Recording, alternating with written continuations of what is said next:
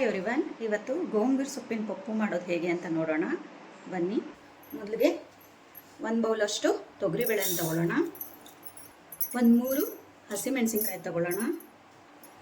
ಇದಕ್ಕೆ ಬೇಕಾಗಿರೋಷ್ಟು ನೀರು ಹಾಕ್ಕೊಳ್ಳೋಣ. ಈಗ ಲಿಡ್ ಕ್ಲೋಸ್ ಮಾಡಿ 3 ವಿಜಿಲ್ ಬರೋ ಹಾಗೆ ಕೂಗಿಸ್ಕೊಳ್ಳೋಣ. ಈಗ ಬಾಣಲೆಗೆ ಎಣ್ಣೆ ಹಾಕ್ಕೋಬೇಕು. ಇದಕ್ಕಾದ ನಂತರ ಇದಕ್ಕೆ ಸಾಸಿವೆ ಹಾಕ್ಕೋಬೇಕು.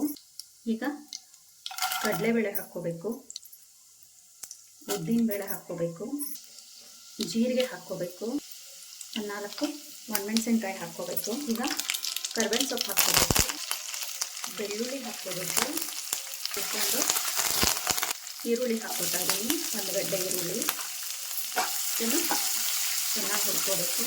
ಇದಕ್ಕೆ ಟೊಮೆಟೊ ಹಾಕ್ಕೋತಾ ಇದ್ದೀನಿ, ಇದನ್ನು ಕೂಡ ಚೆನ್ನಾಗಿ ಹುರ್ಕೋಬೇಕು. ಇದಕ್ಕೆ ಅರಿಶಿನ ಹಾಕ್ಕೋತಾ ಇದ್ದೀನಿ ಮತ್ತು ರುಚಿಗೆ ತಕ್ಕಷ್ಟು ಉಪ್ಪು ಹಾಕ್ಕೋತಾ ಇದ್ದೀನಿ. ಇದನ್ನು ಚೆನ್ನಾಗಿ ಹುರ್ಕೋಬೇಕು. ಇದಕ್ಕೆ ಅಚ್ಕಾರದ ಪುಡಿ ಹಾಕ್ಕೋಬೇಕು. ಈಗ ಇದಕ್ಕೆ ಗೋಂಗೂರು ಸೊಪ್ಪು ಹಾಕ್ಕೋತಾ ಇದ್ದೀನಿ, 1 ಮುಷ್ಟಿಯಷ್ಟು ಹಾಕ್ಕೋತಾ ಇದ್ದೀನಿ. ಬೇಳೆ ಎಷ್ಟಿರುತ್ತೋ ಅದರಷ್ಟೇ ಗೋಂಗೂರು ಸೊಪ್ಪು ಹಾಕ್ಕೊಂಡ್ರೆ ತುಂಬ ರುಚಿಯಾಗುತ್ತೆ.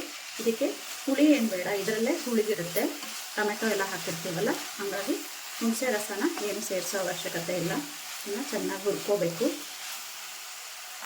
ಇದು ಫುಲ್ ಮೆತ್ತಗಾಗಬೇಕು, ಅಲ್ಲಿವರೆಗೂ ಹುರಿಬೇಕು. ನೋಡಿ, ಈ ರೀತಿ ಮೆತ್ತಗಾಗಬೇಕು. ಈ ಪಪ್ಪುಗೆ ತೆಂಗಿನಕಾಯಿ ಹಾಕೋ ಅವಶ್ಯಕತೆ ಇಲ್ಲ, ಏನೂ ಇಲ್ಲ, ತುಂಬ ರುಚಿಯಾಗಿರುತ್ತೆ. ಒಮ್ಮೆ ಮಾಡಿ ತಿಂದು ನೋಡಿ. ಈಗ ಇದಾಗಿದೆ. ಇದಕ್ಕೆ ನಾವು ಬೇಯಿಸಿಟ್ಕೊಂಡಿರೋ ಬೇಳೆನ ಹಾಕ್ಕೋಬೇಕೀಗ.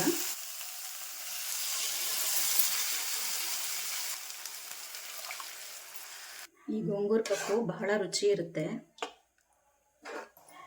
ಇಂಗು ಹಾಕ್ಕೋತಾ ಇದ್ದೀನಿ, ಕೊತ್ತಂಬರಿ ಸೊಪ್ಪು ಹಾಕ್ಕೋತಾ ಇದ್ದೀನಿ. ಇನ್ನೊಂದು 5 ನಿಮಿಷ ಇದು ಕುದಿಬೇಕು.